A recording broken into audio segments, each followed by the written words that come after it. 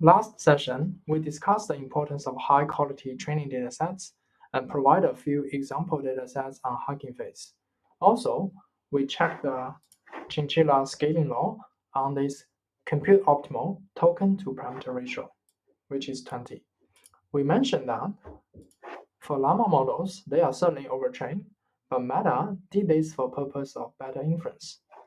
And also, for GPT-3 series, we see majority of them are overtrained, but this one, GPT-3, is definitely undertrained with 175 billion parameters, but only use 300 billion tokens.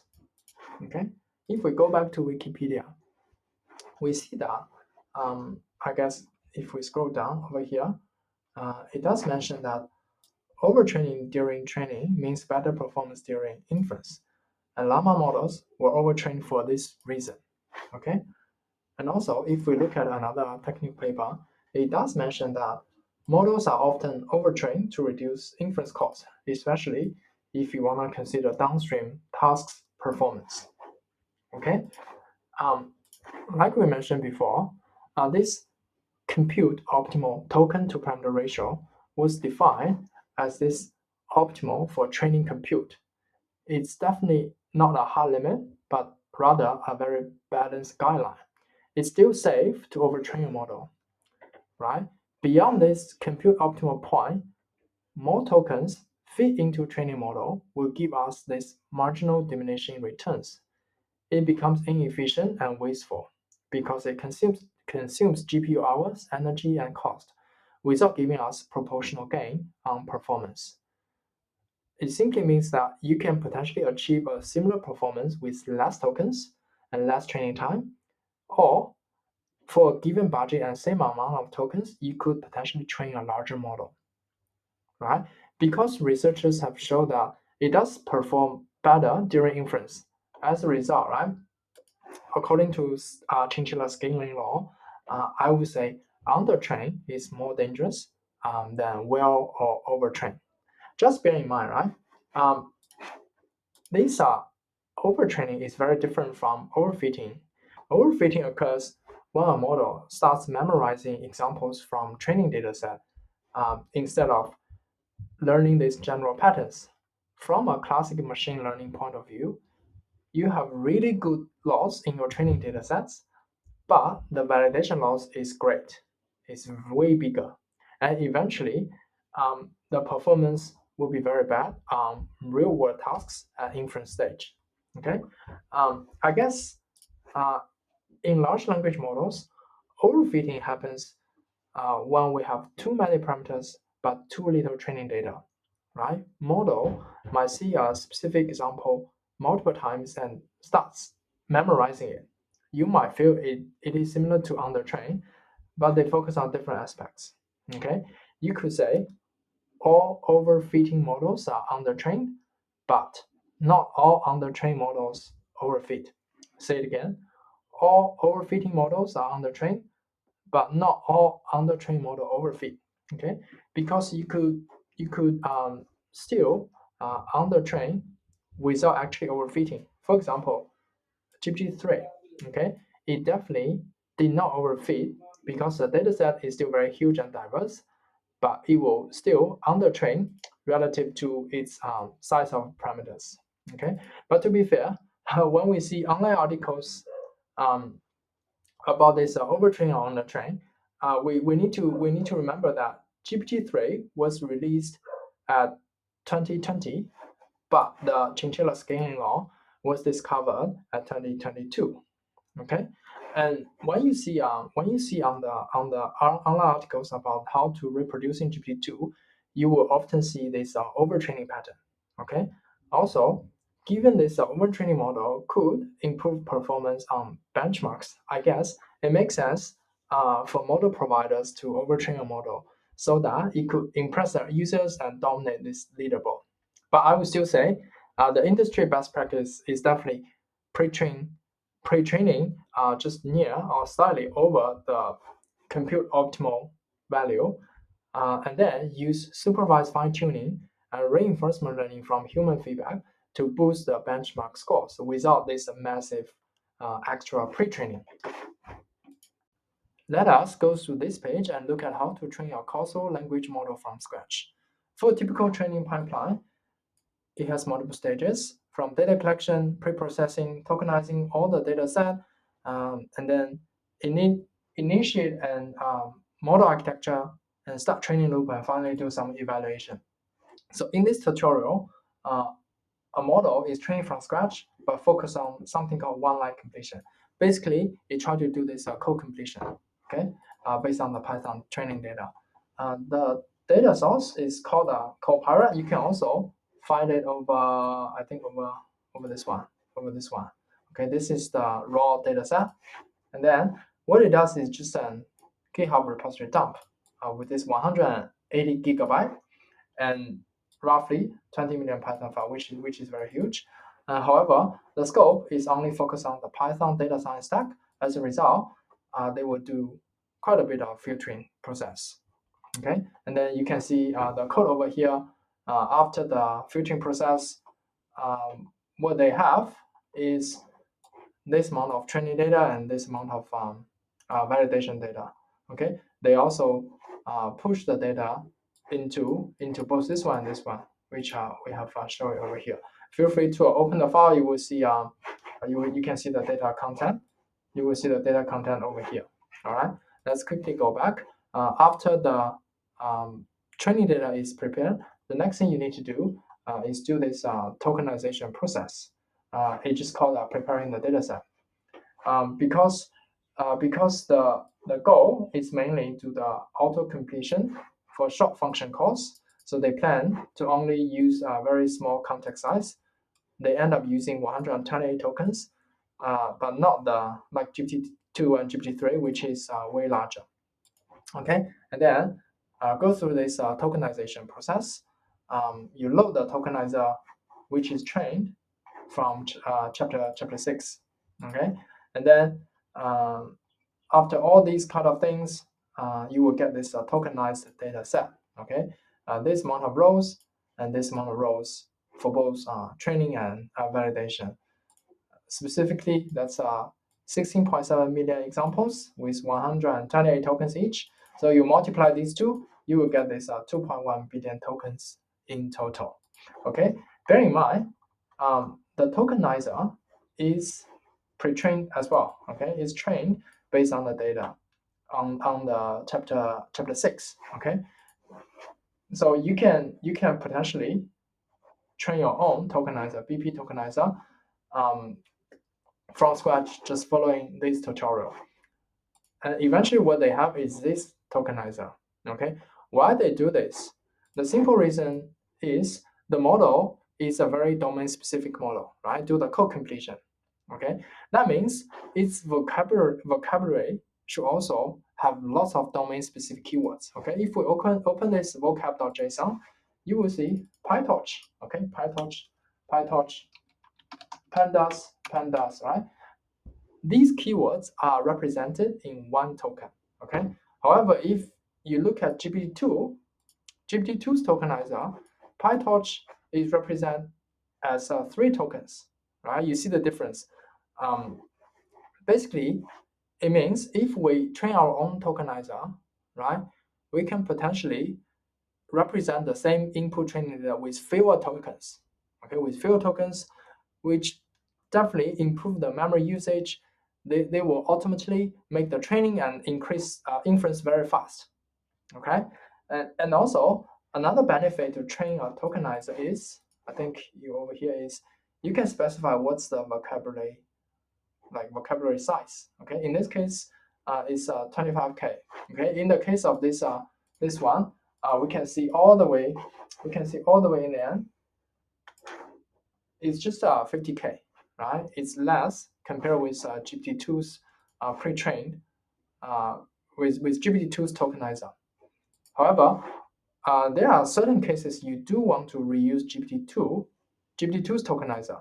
For example, if you want to train a GPT-2 from scratch, okay, and then the training data you prepare to use is very similar to GPT-2 training data. For example, FineWeb, you can potentially use this one to train a GPT-2 from scratch. And because the this is also general English. That means you can potentially reuse GPT-2's tokenizer. Another case is if you ever want to do any fine-tuning directly on this GPT-2 model, that means you should also just use GPT-2's tokenizer. Okay, let's quickly go back. After tokenize everything, you get this tokenized data set. Then the next step is to initialize a new model. Okay, they will freshly and randomly initialize a GPT-2 model. Bear in mind, they just change these parameters accordingly, like vocabulary size and this context length. They did not touch any other parameters like the dimension and also attention headers. That means all the other parameters remain the same. Right? Embedding dimensions is still 768. Number of layers is still 12. Number of attention heads is also 12. Right? And then like I mentioned over here, it's still this amount of parameters you need to tune and change. And eventually it will give you this result. Okay. And then let's look it down further. The next step is you need to prepare this data collator. With this data collator, they will help you gather and format individual example into batches, and then get ready to feed everything into your training model. And finally, the next step is to have this trainer and training arguments. All these are hyperparameters. We don't need to worry about this right now. And then finally, you have this trainer. You specify your newly initiated model, your tokenizer, your arguments, and then data collator and training and validation data set. Okay, and then you can start the training. And finally, you can optionally push to hub. Once the training is complete, you can load it using pipeline and then start do some text generation tasks. Okay, and if we go further down, they also mention about if you wanna do some further customization, your training parameters, or if you want to enable distributed training framework across different hardware like CPU, GPU, TPU, and optimize your existing training loop, you can also use Hugging Face Accelerate. Okay, so to recap, this tutorial just give us this overview of the how to have this training pipeline. You just follow these steps. All right. I do have a very basic example. I just call it a crappy demo GPT-2. I try to train using FineWeb and follow exactly these patterns. Okay, let's quickly go through this one. So initially, I just load the FineWeb, but I only use a subset. You can find it over here. I only use this smallest one. I load it using streaming, but again, I even take only the first 100,000 samples. Okay, just for demo purpose, and then let me see if I can reconnect. And then I also load the tokenizer, just GPT-2 tokenizer. I didn't change anything at all. Context size is not changed. And then do the tokenization process. After do the tokenization, I also initialize the model and then start this training loop. Okay. I did not mention about the validation. I just do it straight away, and then do the training, and then save the model to the directory. Just give you a sense of how does it look like for the training loop. Okay, eventually you will see something like this during the training process in the training loop. Every 10 steps, it will give you this training loss. You can see this kind of a steady decrease. So the total steps are like 391. You will see this training loss just keep decreasing. Okay, from 10 all the way to I think around 6, and then finally it's saved into this local file, and then you will see all the checkpoint and also all these trained parameters, especially this one. This is the parameters, and this is the tokenizer and vocabulary list.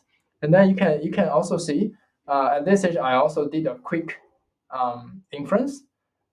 You will see the result. The prompt is the future of AI is, and it just give me this kind of thing. It's a famous time when connects to the cover. Although you can see it's not very fluent and coherent English, but you can still see it try to give you a decent output, right, with certain errors.